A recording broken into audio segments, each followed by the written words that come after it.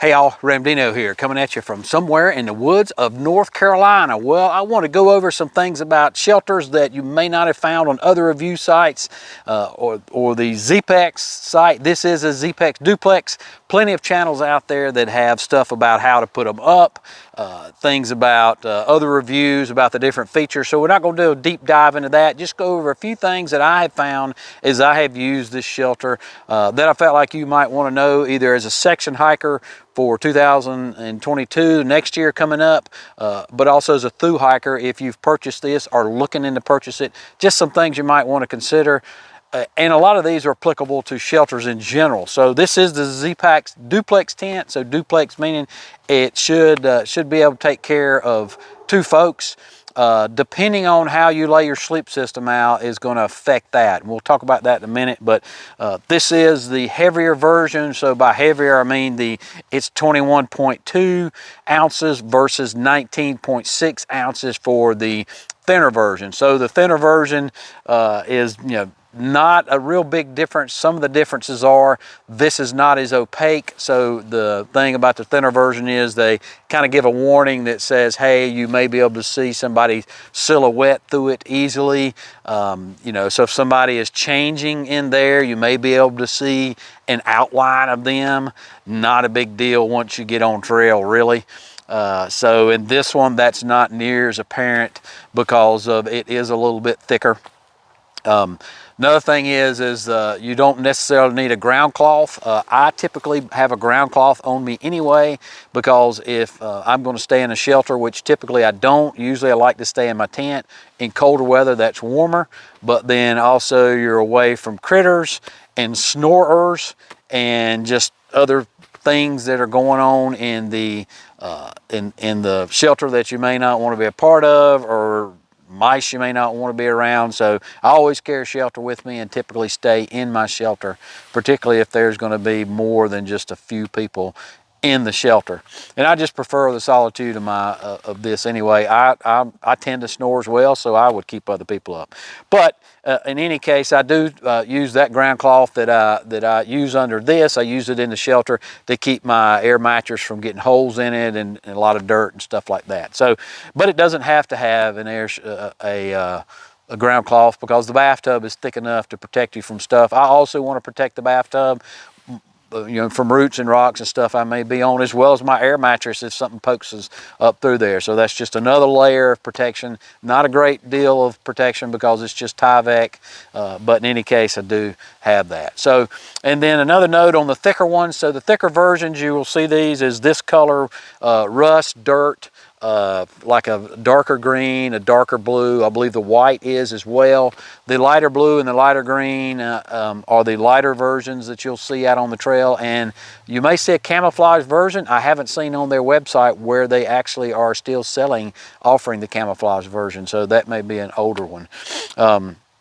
So those are the weights and stuff. Also a big difference, or not necessarily a big difference, but the heavier one is $699 versus the lighter one, which is $649. So for 50 bucks, already got a huge investment. Might as well just pay the extra 50 bucks. I'm not a gram weenie. It doesn't matter that it's just a couple ounces more to me. As you can see, the flaps don't completely seal all the way, so they just have this one little toggle here that seals them. So they're not really airproof. You can get this lower to the ground, but you're not going to get it windproof through there. So, in cold environments, you're going to get some wind blowing through there. You just need to understand that. You just hunker down inside your sleeping bag to get out of the wind, but it does do a good enough job where it keeps quite a bit of the wind out. And I've been in temperatures, it is a 3-season tent. It's not a 4-season shelter. So I have been in temperatures as low as 17 with a wind chill factor of around 10. And of course your sleep system is really where the insulation R value comes into it. And so that's, I've been fine in that. So let's go ahead and look into what it looks like on the inside once I get all my stuff in there. There is an app for that. I film with my phone, so I can't use the app, so I'll just use the clapper method. So now that the clapper method, we've got the flaps up, let's go ahead and take a look on the inside at what we've got here. So you can see this right here, this is my air mattress that I use. It is a 25 by 72 big ass, so you can get them narrower. I like to have one that's wider like that than a narrow, because my elbows fall off and that kind of wakes me up, or it just doesn't feel right. So for that reason, I go the 25 by 72. I think the next size is only maybe 2 inches shorter, so that 2 inches, as you can see, is not going to make that big a difference. It is a tracking pole tent, so I have got this jammed all the way over against that other tracking pole, and as well as I like to have my backpacks in my shelter with me. So at night, I could close this flaps and put it in the vestibule, but I just like to keep it with me at night in case I need to get into it for some reason. So as you can see, there's not room inside of this shelter for 2 air mattresses. Now, if you're tenting with somebody and they have a rollout, both of you have the real thin foam rollout like a yoga mat type of deal.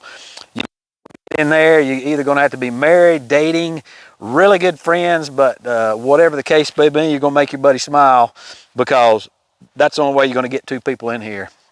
I don't think you get 2 people in here and get 2 folks' gear in well. It is a single wall, so you are going to have some condensation, and if you roll the flaps up, that really helps with the condensation, particularly in the winter.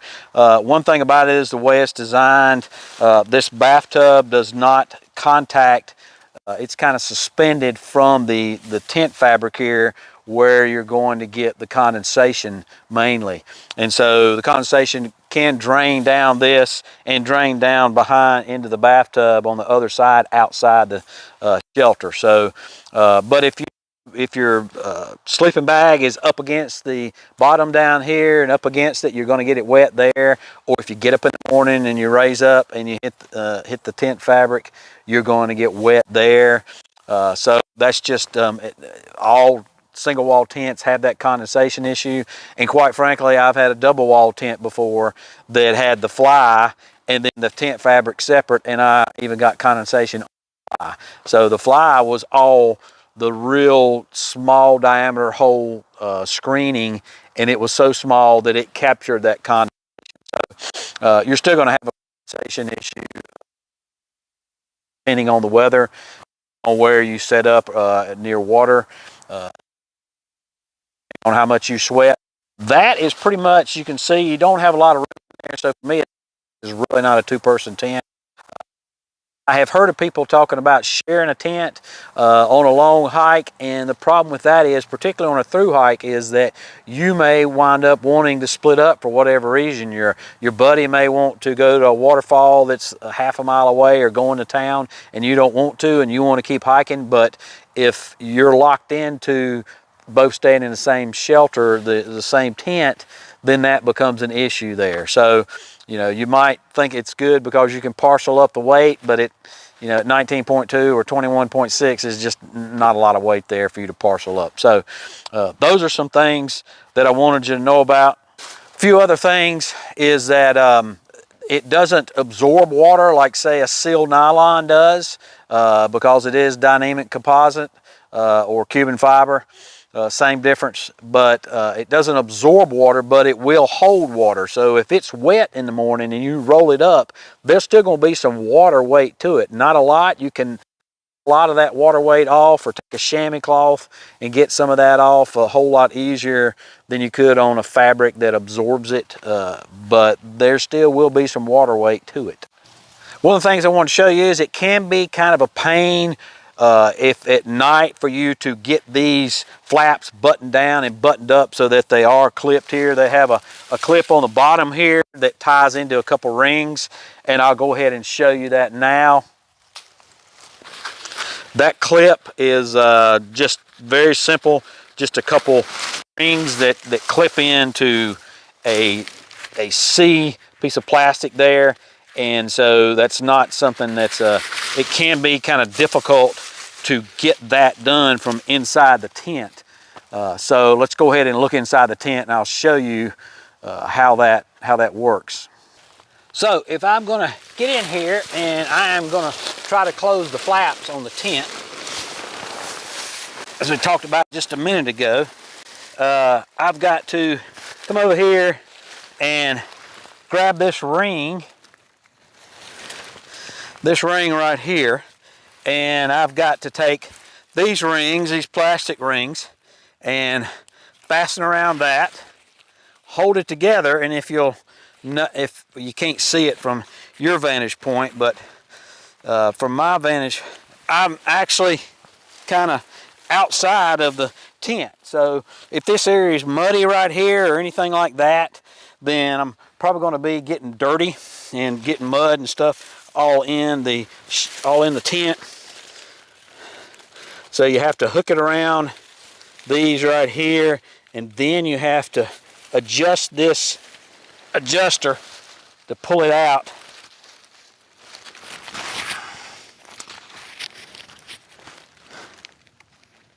And obviously that's the best you're going to be able to do right there. So that was kind of a pain, but it is what it is. You're still going to get a little bit of wind that blows up underneath here. Still, this right here will be flapping if you get a really good winds coming through, like we did up at I believe it was up Mount Rogers there, Elk Garden Trailhead, I believe is the name of it. It was really, really cold there, and so really windy. Yes, we were up there, shared a campsite with the Suttons, and come along and I did, and so that was a pretty chilly night. But anyway, that's the way it wound up. Again, you can see not a lot of room in here for two folks in their air mattresses. Just really wouldn't be feasible. You would both have to have probably pretty skinny, and both have to have some pretty narrow pads. All right, let's go back outside and we'll see what it looks like out there where we've got it tied up together and all buttoned up for the night. So once you get it in this configuration from inside, it's really impossible to put these two little things together right here. They're just not, you're not going to be able to reach those from inside. And so what happens is one side of this is always going to be kind of open for the wind. So that's just the way it's going to be. Hopefully you've pitched it in a way and you've taken into which way the wind was blowing at the time, but wind's going to shift in the middle of the night anyway.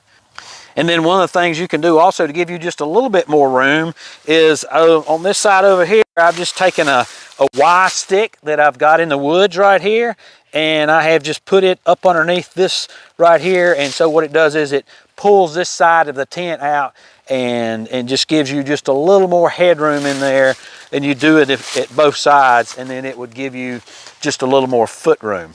Well, folks, that is about all I've got. If you got any questions, leave them down in the comment section. Be glad to answer any of those about my experience with this, or leave any comments in general. Don't forget about my hiker update list, where you can go and track all the through hikers. And that list, the link to that is down in the description section here. Also in the description section is my Zpacks affiliate link. So I am an affiliate of Zpacks, and if you use that link to access Zpacks, then anything you purchase on Zpacks, I will get a very, very tiny percentage of. It doesn't cost you any more to do that. They do not give me this tent at a discount or for free or anything. I pay the same thing you pay for it. So it's not like they sponsor me or anything like that, but I am an affiliate. So if you decide to buy anything from Zpacks, whether it be a little old water bottle carrier, and frankly nothing's cheap there, but it is good quality stuff, or one of these, or a backpack, then please use that affiliate link there, and that would help out this channel. And that's the way you can support this channel to keep bringing the items and bringing the information that I do for the hiker community. Well, folks, that is all I have got for this. As always, appreciate you, and we'll see you out here.